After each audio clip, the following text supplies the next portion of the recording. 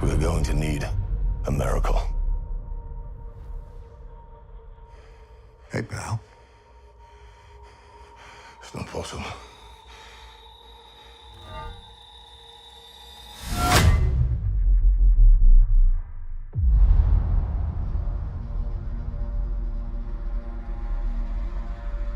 Something's coming.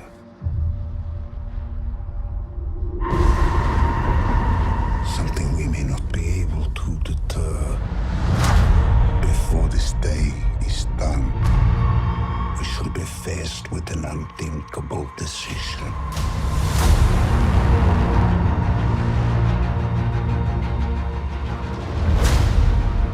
I've fought with many warriors in my time. They were far stronger than all of us put together, and they died. They died facing enemies and threats that scared me far less than this one.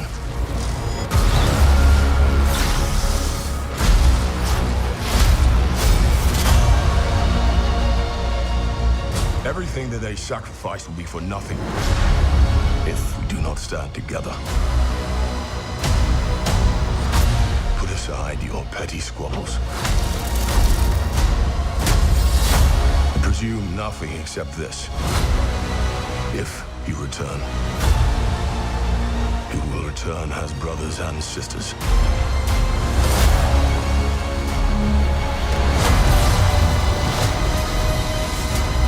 Mark my words.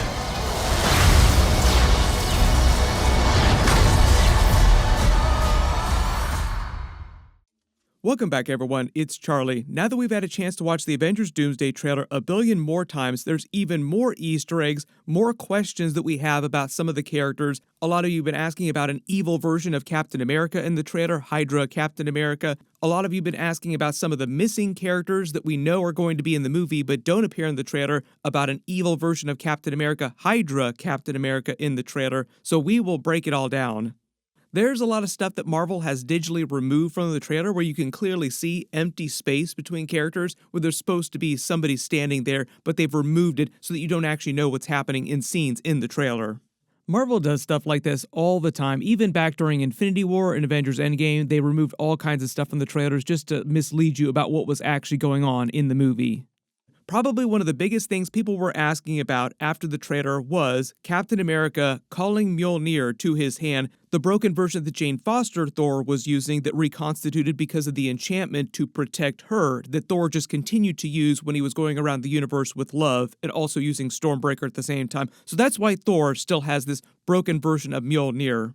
You can still see the cracks running through it, meaning that when this version of Steve Rogers tries to use the hammer again, it can break into pieces and then reconstitute again. We'll see how the Russos handle this. They also might decide they don't want to use that ability that Taika Waititi introduced during Thor Love and Thunder. All the cracks are just meant to be for continuity's sake and to let you know which version of the hammer this is.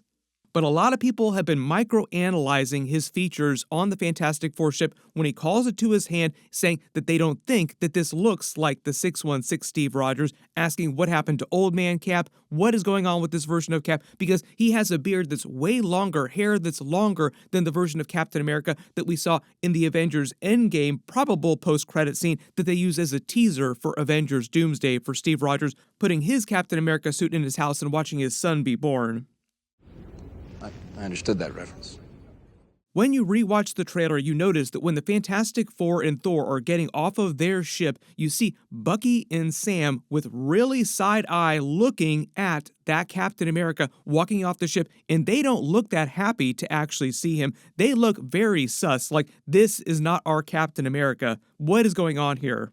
So when the Fantastic Four is in the new Avengers Tower and Thor's giving his big rally speech and they're talking about the incursions on the big readout on the board, that all those three Earths colliding as the incursion's getting ready to happen, there's a countdown clock on their board too. So Mr. Fantastic, Reed Richards, is basically telling them what's about to happen with the three different versions of Earth colliding. In between the characters, right next to the board, there's a bunch of empty, dead space. I think that's where Steve Rogers is meant to be standing because we see him literally get off the ship, Sam Wilson and Bucky watching him get off, but But then you don't see him in this big wide shot with all the characters listening to Thor give his rally speech, so clearly he's somewhere in this scene and Marvel just removed him digitally from the scene.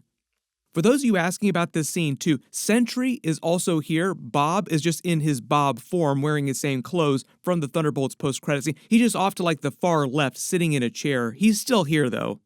Cannot wait to see what Doctor Doom is going to do to deal with the Sentry because he's so OP.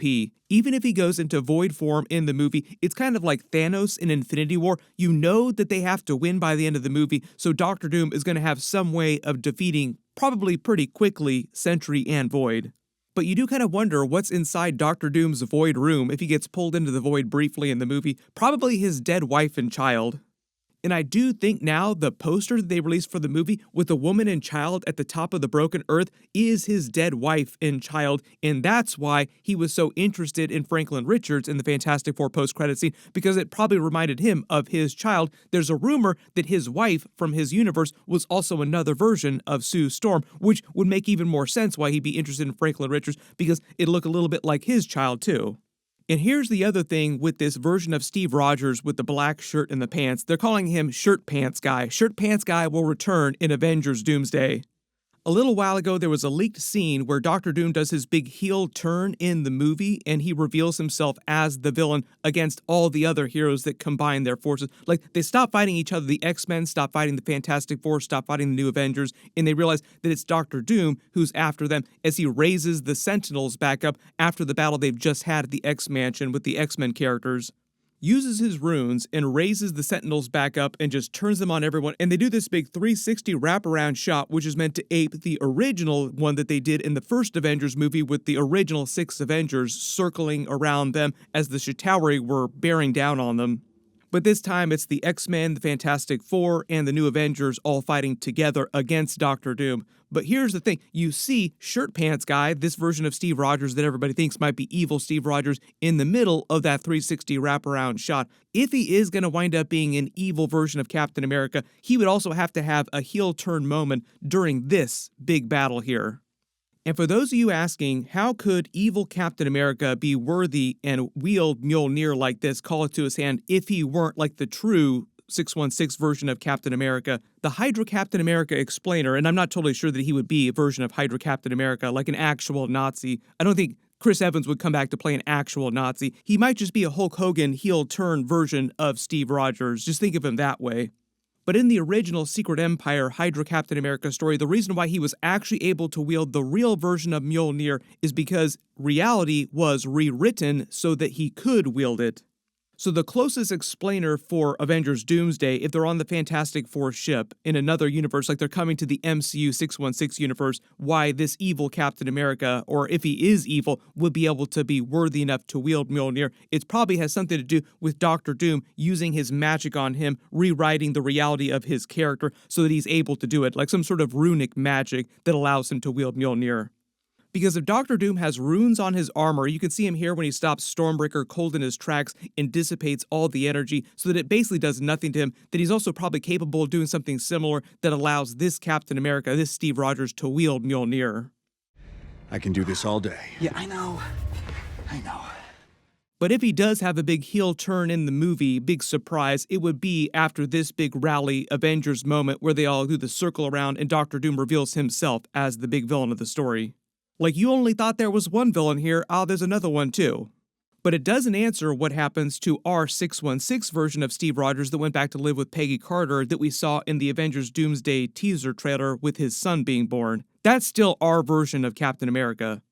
There's also another confirmation about Loki showing up from the TVA to help him too. So when you see Loki use his card here, he's standing next to the curtains. In my last video, I said the curtains that Loki was standing next to in his TVA uniform look like the curtains inside Captain America and Peggy Carter's house. But also, when you see the hand turning his card over, the TVA card with his portrait on it, you also see it holding a ring. It's the same ring on Steve Rogers' finger that we see after he gets off of his motorcycle. So it's Steve Rogers holding Loki's TVA card, which I think confirms that that's going to be one of the new post-credit scenes that they attach to the Avengers Endgame Encore, so that when he goes back to the past to live with Peggy Carter, all of a sudden Loki shows up at his door and sends him to another universe because he's causing an incursion.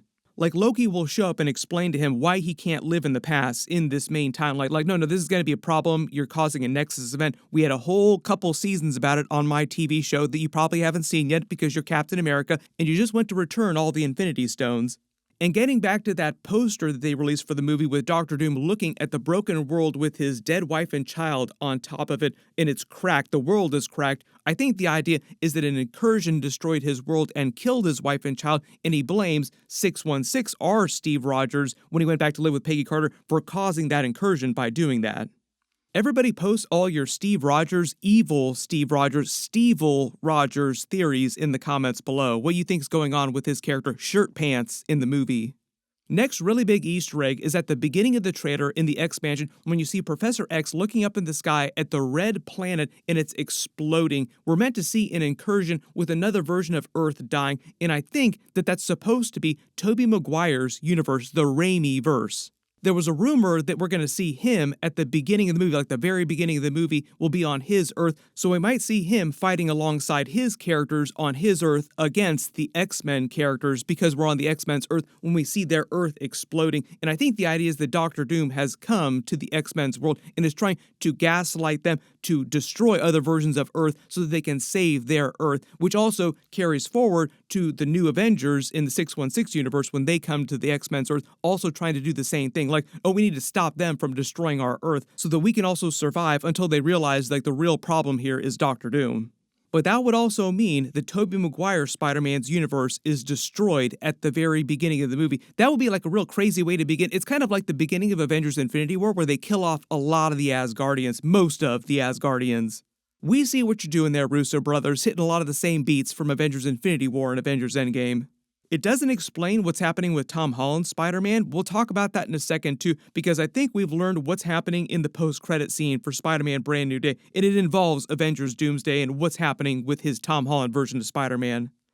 Some of the other big characters that we know are supposed to be in the movie but seem like they're hidden in the trailer or they just cut the footage out or they digitally remove them include Doctor Strange, probably one of the biggest ones. He was supposed to be really big in both of these upcoming Avengers movies. What is he doing? The last time we saw him, he was with Clea going to the Dark Dimension to help her stop an incursion. Supposedly, Doctor Strange's plot in the movie is going to be somewhat similar to his Jonathan Hickman Time Runs Out plot, where he actually winds up helping Doctor Doom in his plan behind the scenes to stop the incursions and save the multiverse, but doing it in like a very different way that's counter to what the 616 Avengers heroes want to do.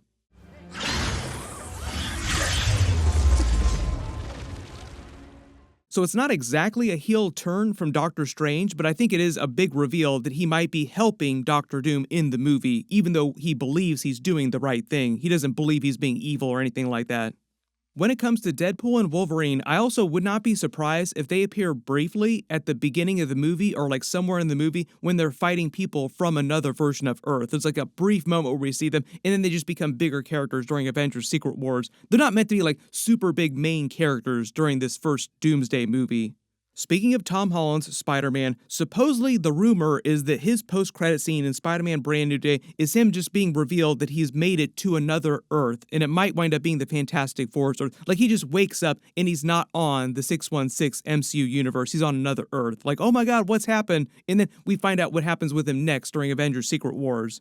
Maybe this is also what happens with Sadie Sink's new Jean Grey character, because she's not meant to be connected to the X-Men that we see in the Avengers Doomsday trailer. She's from like a completely separate universe, supposedly. Next big character, speaking of that movie, is the Hulk. What happens to the Hulk after Spider-Man Brand New Day? Why isn't he in this trailer? My assumption is that because Bruce Banner loses control and goes back into Savage Hulk form, but then eventually is able to calm back down, Damage Control has arrested him, so he's in a Damage Control prison when Avengers Doomsday is happening, and that just leads him to show back up again during Avengers Secret Wars, so most of the Hulk stuff we see is during Avengers Secret Wars. Captain Marvel and Monica Rambeau are supposed to have minor roles in Avengers Doomsday. I think the reason why they're not in the chair watch, they're not in the trailer, and they're not in the posters that they've released so far is just because their roles are so small. But remember, Monica Rambeau got stuck in the X-Men's universe at the end of the Marvels movie. They'll have to address that in some small way. So like we know that they're going to be in the movie in at least a small way, and then probably bigger roles during Avengers Secret Wars. Couple other big characters also from that post-credit scene was Beast. So we know Beast is supposed to be in the movie. Kelsey Grammer has talked about working with all the other X-Men actors coming back to do their roles. We just haven't seen him in any of the trailers. My assumption is because the special effects for his character just are not done yet. The visual effects are still incomplete. So you have to imagine when everybody's going crazy in the background here, Beast is also flying around fighting people. Monica Rambeau's mother was also in that universe as a version of Binary with both Bengals. She'd have to show up in some small way too. We know that Nightcrawler is going to be really big in the movie, and he has a fight scene with Mr. Fantastic. My assumption is that he's also in the background of all these big shots of the X-Men fighting the new Avengers characters, but the visual effects are not done yet, so that's also why you don't see a lot of him in the trailer. They just removed him until they can polish the visual effects on that. Speaking of other Spider-Men, Andrew Garfield's Spider-Man, I'm not expecting to show up until Avengers Secret Wars. Like, there's just too many characters already. They're just going to save him for Secret Wars. Same exact idea from Jonathan Hickman's Avengers Secret Wars and Time Runs Out. Doctor Doom creates Battleworld out of a combination of all the remaining universes, and then people that survive from the fragments of other worlds just wind up on this version of Battleworld, which is probably going to be a combination of the three worlds, the X-Men's world, the Fantastic Four's world, and the MCU together. What'll probably happen is they'll just say there's a couple other universes that get thrown into the mix there, and Andrew Garfield's universe just happens to be one of them, like a fragment of his survives, so he survives to Battleworld.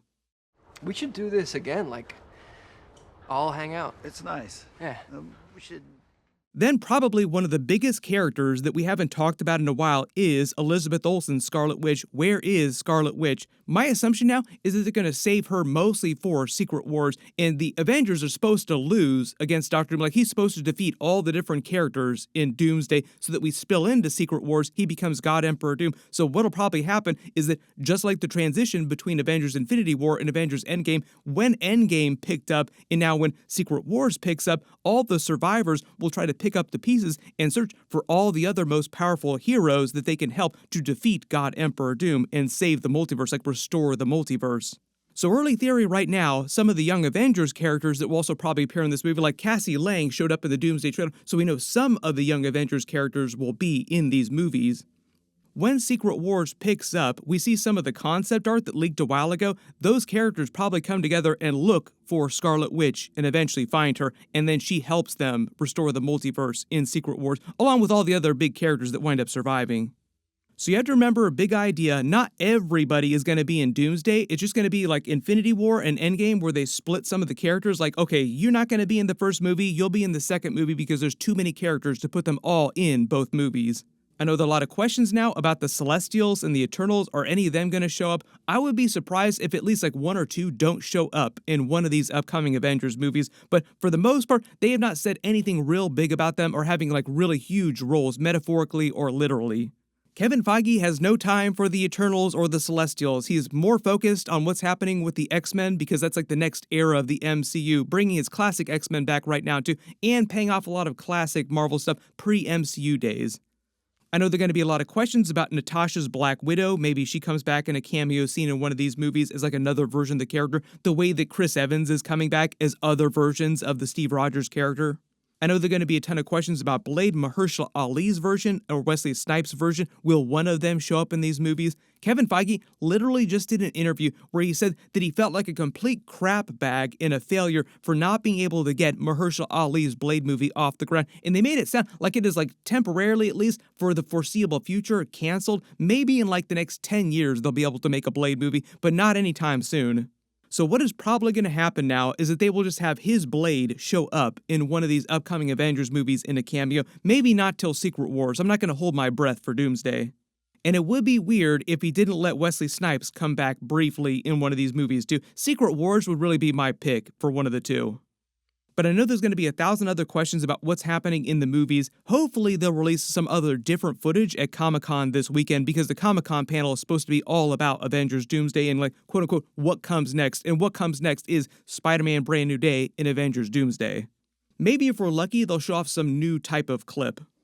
Everybody post all your reactions in the comments below and let me know if you spotted any Easter eggs or references that I didn't talk about during any of my trailer videos or if you have questions about what's happening in the trailers. The really big reminder is that Marvel's big Hall H panel is going to be Saturday night like it usually is. I'll do a video for whatever they wind up releasing or whatever they wind up announcing, so post all your video requests and questions in the comments below and I'll try to add them to that video. Everybody click here for all my Avengers Doomsday videos and click here for all my Spider-Man Brand New Day videos. Thank you so much for watching, and I'll see you guys in the next one.